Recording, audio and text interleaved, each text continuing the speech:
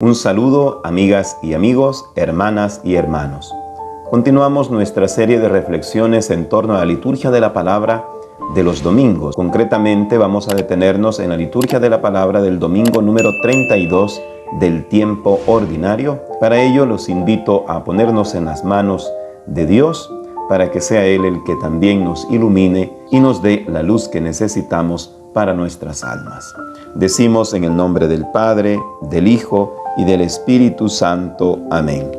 Señor Dios Todopoderoso, Creador y fuente de todo bien, manda tu sabiduría, la misma que te asistió cuando hacías todo cuanto existe, para que lleguemos a saber lo que te es grato, lo que es siempre tu santísima voluntad. María, trono de la sabiduría, ruega por nosotros. En el nombre del Padre, y del Hijo, y del Espíritu Santo. Amén. En este domingo número 32 del tiempo ordinario, comenzamos a considerar lo que en la doctrina de la Iglesia se le ha llamado los novísimos, es decir, las realidades últimas, como también se le llaman. Esas realidades que, por ser últimas, al mismo tiempo son novedosas, lo más nuevo que al ser humano le puede acontecer, porque son realidades que nunca va a vivir mientras esté vivo. La primera de todas es la muerte. Nada más seguro en el futuro para cada ser humano que la muerte. Todos vamos a morir. Lo que no sabemos es cuándo y cómo, pero todos vamos a morir. No importa nuestra condición, no importa nuestro estado, moriremos. No importa nuestro estatus social, moriremos. Porque todos tenemos que pasar y afrontar esta realidad. En la realidad de la muerte también se nos enseña que hay un juicio particular. Dependiendo de ese juicio también habrá para nosotros infierno o también vida eterna, que son otras realidades últimas. En este domingo número 32 se nos invita a considerar la primera de nuestras realidades últimas, como lo es la muerte. Pero no para afligirnos, para desesperarnos o para caer en la trampa de pensar que somos, como dijo el filósofo, seres para la muerte. El ser humano no es un ser para la muerte, sino que es un ser para la vida. Pero esta trascendencia, es decir, este trascender nuestra muerte, solamente podemos llegar a valorarlo y al mismo tiempo a vivirlo en la medida podemos conocer a través de la sabiduría de la fe esta realidad. De lo contrario, la muerte sí será fuente de tristeza, de frustración y al mismo tiempo de derrota. Pero cuando la muerte se advierte desde la sabiduría que procede de Dios, podemos advertir que la muerte no es el fin, sino que hay algo que está más allá de la muerte. Por eso se habla del más allá, no tanto por el hecho de que es una realidad totalmente lejana a nosotros. El anhelo del ser humano de querer trascender la muerte, de no querer morir, de perpetuarse en su vida, manifiesta la semilla que Dios ha colocado o el hambre que ha colocado Dios de eternidad en cada corazón humano. Entonces, hoy se nos invita a considerar a través de las diversas lecturas esta realidad novísima o última, como se le suele llamar también dentro de la doctrina cristiana. Por eso la primera lectura que hoy se nos coloca a nuestra consideración está tomada del libro de la sabiduría, en el capítulo 6, versículos del 12 al 16. Porque necesitamos de la sabiduría que viene de Dios para poder ver de otro modo las realidades últimas, concretamente la muerte. La sabiduría, comienza diciéndonos la primera lectura de Sabiduría 6:12, es radiante e inmarcesible. Esta sabiduría que procede de Dios es radiante, porque es capaz de iluminar hasta las realidades más oscuras y misteriosas que tiene que vivir o afrontar el ser humano. Y una de ellas es la muerte. Sin esta sabiduría, el ser humano cae en la frustración. Sin esta sabiduría que procede de Dios, la muerte para el ser humano es el fin total. De hecho, eso se puede atisbar Cuando una persona, por ejemplo, no cree, no tiene esta sabiduría que procede de la fe, bueno, pues al final termina pensando que la muerte es el acabose. Basta ver, por ejemplo, todos aquellos que pregonan el ateísmo, para quienes, pues con la muerte se acaba todo. Todo lo que es posterior a la muerte, según ellos, es una mera ilusión humana, una imaginación, un fruto de una fantasía humana que se llama religión. Por eso aquí esta sabiduría a la que se refiere el texto de la primera lectura es la sabiduría de Dios. La sabiduría es radiante, tan radiante que puede iluminar las realidades más oscuras o las que no entendemos como seres humanos. E inmarcesible, dice el texto. ¿Por qué? Porque esta sabiduría se identifica con Dios. Por lo tanto, nunca va a dejar de existir. En cambio, la sabiduría humana puede dejar de existir. Hoy es y mañana no es. Hoy dice una cosa y mañana puede ser superada. Solamente no puede ser superada cuando esa sabiduría humana se asienta en la sabiduría divina. Porque la verdad, en último término, está fundada en Dios. Y continúa diciéndonos el texto de la primera lectura: la ven fácilmente los que la aman. ¿Por qué? Porque ya hemos dicho que esta sabiduría se identifica con Dios, con el ser de Dios. Por lo tanto, es una sabiduría que se puede amar. Se puede amar, y el que ama a Dios termina, en último término, también teniendo lo que Santa Catalina de Siena llamó la ciencia del amor, la sabiduría del amor, la sabiduría de Dios, pues, que le da la capacidad de ver en la muerte no el fin, sino más bien el inicio de la auténtica y más plena vida. Continúa diciendo: la encuentran los que la buscan. Esta sabiduría divina hay que buscarla. Si bien es un don, es una gracia, hay que buscarla en la oración. Hay que buscarla cultivando la fe. Hay que buscarla meditando. Hay que buscarla pidiéndola al Señor. Porque de lo contrario, vamos a quedarnos solamente con nuestras ideas, con nuestra manera de pensar meramente humana y materialista, y eso nos va a impedir ver más allá de lo que acontece en nuestras vidas. Continúa diciendo siempre la primera lectura: ella misma se da a conocer a los que la desean. Hemos dicho de que esta sabiduría se identifica en cierta manera con Dios mismo, concretamente con la segunda persona, dirán algunos comentaristas, de la Trinidad, es decir, con Jesucristo. San Pablo, de hecho, va a hablar de eso cuando nos habla del escándalo de la cruz, que es sabiduría de Dios para aquellos que creen en Él, aunque es escándalo para los que no creen, los que no entran en esta lógica de la sabiduría divina de la redención. Bueno, pues esta sabiduría es la que se da a conocer. ¿Por qué? Porque aquí ya el texto de la primera lectura da rasgos personales, en cierto modo, a la sabiduría, porque se identifica con Dios, hemos dicho. Es Jesucristo mismo, de alguna manera, sabiduría del Padre, sabiduría del hombre. Quien madruga por ella no se cansa, la encuentra sentada a la puerta. Este lenguaje simbólico de la primera lectura nos manifiesta que esta sabiduría, que es Dios mismo, está esperando que nosotros le busquemos. Está a la puerta, es decir, está cercana. No es una sabiduría que es inaccesible, como la sabiduría humana, que solamente pueden alcanzarla unos pocos, aquellos que estudian, aquellos que tienen una capacidad intelectual, abstractiva, analítica o sintética, pues trabajada a lo largo de los años. No es una sabiduría para unos pocos, es una sabiduría para todo el que la busca y que está sentada, es decir, cercana al corazón del ser humano. Esto es lo que quiere indicar también la primera lectura. El que vela por ella pronto se ve libre de preocupaciones. Es decir, cuando se tiene esta sabiduría ilumina, como hemos dicho ya, las realidades más oscuras. Y esas realidades oscuras son las que preocupan al ser humano. Una de estas realidades oscuras es la misma muerte. Pero cuando la vemos desde la sabiduría de Dios, la muerte adquiere una nueva significación. Pero no solamente porque nosotros, los seres humanos, subjetivamente se la damos, sino porque advertimos la verdad última que tiene la muerte y que Dios se la ha dado. No que nosotros queremos darle para consolarnos o para de alguna manera pues no hundirnos en la tristeza ante la muerte propia o la muerte de un ser querido. No, sino que la sabiduría nos ayuda a entender.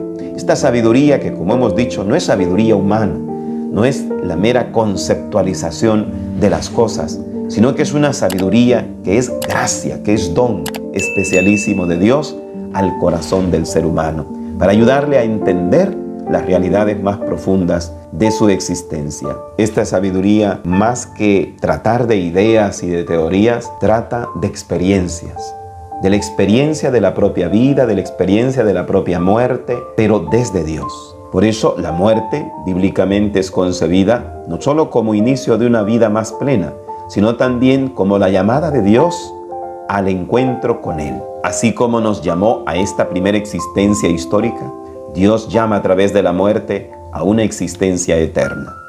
Y de esto es que nos habla también de algún modo el Salmo. El Salmo 62 nos dice que el alma está sedienta de Dios, porque hay una tendencia a Dios. Así como de Dios hemos salido, a Dios volvemos. Por eso dice el salmista en el Salmo 62, «Oh Dios, tú eres mi Dios, por ti madrugo, mi alma está sedienta de ti, mi carne tiene ansia de ti, como tierra reseca, agostada, sin agua». Esta figuración que nos presenta el salmista manifiesta de alguna manera el hambre de Dios, el hambre de eternidad que está inscrito en todo ser humano. Claro, el ser humano, por tener una libertad, puede llegar a rechazar esa hambre. Pero esa hambre está ahí. Todos queremos ser felices. Todos queremos tener una vida plena. Incluso el que no cree, porque el alma está sedienta de Dios. Mi alma está sedienta de ti, dice el salmista. Esta advertencia de es tener sed de Dios, sed de lo perfecto, sed de lo pleno, manifiesta ya la advertencia de esta sabiduría en el propio corazón del ser humano. Mi carne tiene ansia de ti como tierra reseca, porque nada puede planificar al ser humano, sino solo Dios, solo su encuentro con Dios. Todo lo que podemos ir alcanzando, éxitos, logros, trabajos, bienes, todo termina pasando. Por eso, a lo largo de la vida, vamos viendo que por más que nosotros nos ilusionemos y pensemos que la felicidad nos lo da esto, aquello, alcanzar esto, otro, vamos viendo que también cuando alcanzamos todo eso, si es que lo alcanzamos, una vez lo obtenemos, el corazón humano siempre tiene hambre de más, siempre tiene ansia de más. ¿Por qué? Porque nada nos puede llenar sino solo Dios. En este sentido, pues, estamos llamados a Dios, a la plenitud con Él, llamada que se dará de un modo más pleno cuando muramos y nos encontremos plenamente con Él. De modo pues que la muerte no es concebida en la Sagrada Escritura como solamente una destrucción o un término histórico, sino que es considerada como una llamada al encuentro pleno con Dios. Pero esto, como hemos dicho, solamente puede advertirse cuando se tiene la sabiduría que procede de Dios, no la que procede del ser humano. Por eso la segunda lectura, que está tomada de la carta del apóstol San Pablo a los tesalonicenses, la primera carta del apóstol San Pablo a los tesalonicenses en el capítulo 4, versículos del 13 al 17, que es la segunda lectura de este domingo 32 del tiempo ordinario, nos habla de la realidad de la muerte, pero en términos de sabiduría divina, no de sabiduría meramente humana. Por eso dice el apóstol Pablo, no queremos que ignoréis la suerte de los difuntos, para que no os aflijáis como los hombres sin esperanza, es decir, sin sabiduría que procede de Dios, sino solo con sabiduría humana. Pues si creemos que Jesús ha muerto, continúa diciendo el apóstol, y resucitado, del mismo modo a los que han muerto, Dios por medio de Jesús los llevará con Él. Entonces la muerte, hemos dicho, es una llamada al encuentro. Pero ahora San Pablo añade otro detalle más, desde la sabiduría de Dios. La muerte es un comenzar a estar con Dios. Cuando realmente hemos buscado a Dios y hemos trabajado en medio de nuestras imperfecciones a acercarnos a Dios, la muerte no es el fin, no es ese desgarramiento solamente que todos experimentamos ante la partida de un ser querido o también a nuestra muy probable partida en el futuro, sino que la muerte se advierte como ese estar también con Dios. Mejor dicho, como ese comenzar a saber estar con Dios. Por eso dice San Pablo, no queremos que ignoréis la suerte de los difuntos. No queremos que ignoren ustedes esa suerte, porque si no, van a concebir la muerte como hombres sin esperanza.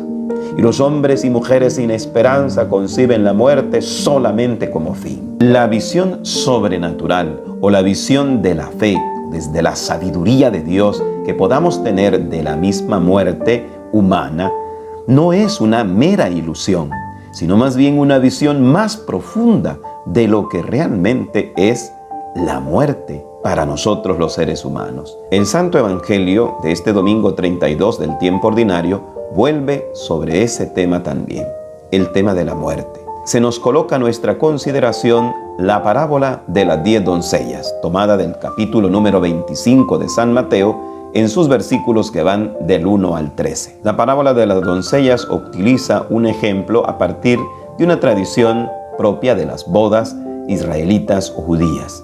Por ejemplo, cuando ya había un desposorio, era una costumbre de que el novio iba acompañado con sus amigos a traer a la novia a su propia casa. Bueno, pues el novio iba, cuando era de noche, pues acompañado de sus amigos o algunos familiares a la casa de la novia a traerla. La novia, por su parte, pues esperaba al esposo en su propia casa, casa familiar, casa de sus padres, y ahí pues era pues acompañada por sus amigas y algunas familiares.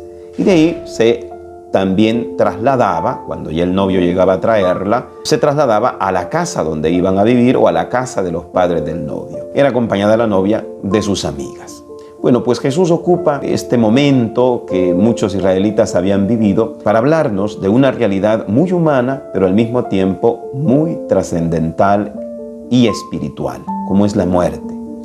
Y por eso Jesús, contrario a lo que algunos ateos o algunas personas que quieren como hacer ver la fe de modo caricaturesco, pues el creer en un cielo, en un más allá, nos hace a nosotros personas que no nos comprometemos en esta historia o que tampoco pues podemos desarrollarnos plenamente porque estamos siempre pensando en ese cielo que se nos va a dar más bien al final. Concebir así el más allá es tener una visión bastante caricaturesca de lo que es la vida después de la muerte o la muerte misma. Porque en realidad el que cree en el más allá después de la muerte es el que puede comprometerse incluso más en esta vida.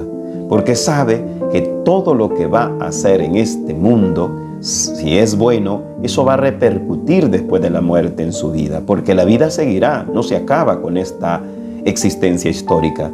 Y lo que haga de mal también va a repercutir. De hecho, es lo contrario. El que quizá no podría comprometerse realmente con la historia y con su propia vida es aquel que piensa que la vida se termina con la muerte, porque le va a dar igual hacer o no hacer el bien o el mal. Total, si al final con la muerte se acaba todo. Entonces, muchas argumentaciones que se han dado a lo largo de la historia en torno a esta especie de rechazo o burla de el más allá o de la vida después de la muerte, no son más que una manifestación de la pobreza ilimitante de la sabiduría humana que no logra advertir estas otras cuestiones. Por eso el Evangelio es importante tenerlo presente también. Jesús habla, por ejemplo, de que en la vida, porque hay muerte y porque esa muerte no es el fin, habla de que en la vida no hay que movernos solamente haciendo lo justo, lo que nos toca, sino que hay que ir más allá de lo justo. Esa es la invitación de la parábola de las 10 vírgenes. De hecho, se le llama a unas sensatas o prudentes y a las otras necias. La necedad de la propia existencia se da cuando uno vive la vida haciendo lo justito. La enseñanza en el fondo es esa. Ellas han llevado lo justo. Han llevado lo que ellas consideraban que tenían que llevar para esperar al novio. Pero no tienen en cuenta que siempre hay imprevistos, que puede alargarse la espera. No son como las previsoras, que el Evangelio llama prudentes, llama sensatas. porque aquellas han llevado más de lo que tenían que llevar. Bueno, pues la vida en el fondo es eso, no hacer solamente lo justo, para que la muerte no nos encuentre con lo meramente justo. Por eso es que el cristianismo no consideró de entrada la virtud máxima a la justicia, como hacían los griegos, sino que para el cristianismo la virtud máxima es el amor. Y el amor siempre va más allá de lo justo, va más allá de lo que merecen las personas, porque la realidad de esta vida está llamada a trascenderse, a dar lo máximo, no a conformarse, no a ser limitados. Díganme si esto, hermanas y hermanos, no es una propuesta atrevida, no es una propuesta trascendental. Es totalmente contrario a lo que muchos ateos o muchas ideologías contrarias a la fe cristiana plantean cuando nos dicen, por ejemplo, que la fe, y concretamente el cristianismo o la religión, es el opio de los pueblos. Claro, una falsación del cristianismo, una no comprensión de la verdadera fe, una no comprensión o desconocimiento de la verdadera doctrina que se desprende del cristianismo, puede hacernos pensar o decir semejantes cosas.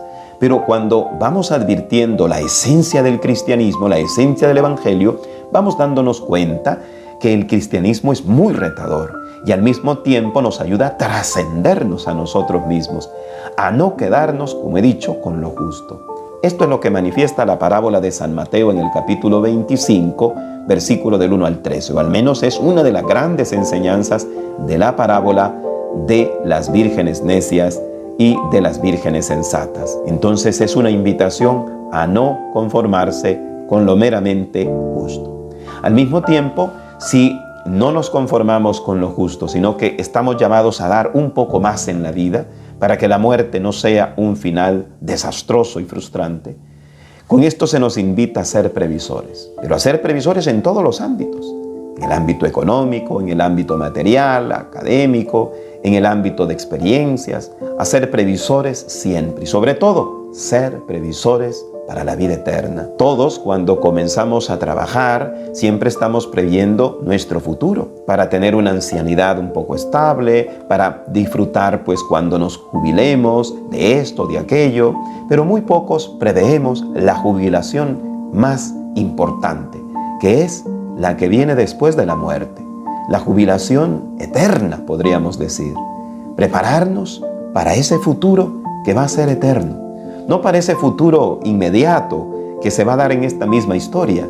Debemos también, así como preparamos nuestro futuro y debemos de ser previsores para nuestro futuro cuando ya seamos personas mayores, debemos de preparar también nuestro futuro para aquello que está después de la muerte. Esto es ser una persona previsora, una persona prudente.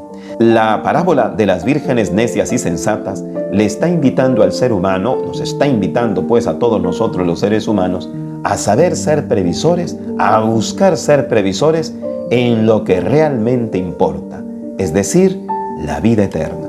Con eso no negamos que no hay que ser previsores para esta vida también, para nuestra vida adulta o anciana, cómo no, pero recordar que no debemos nunca descuidar la previsión más importante, la previsión para la vida eterna.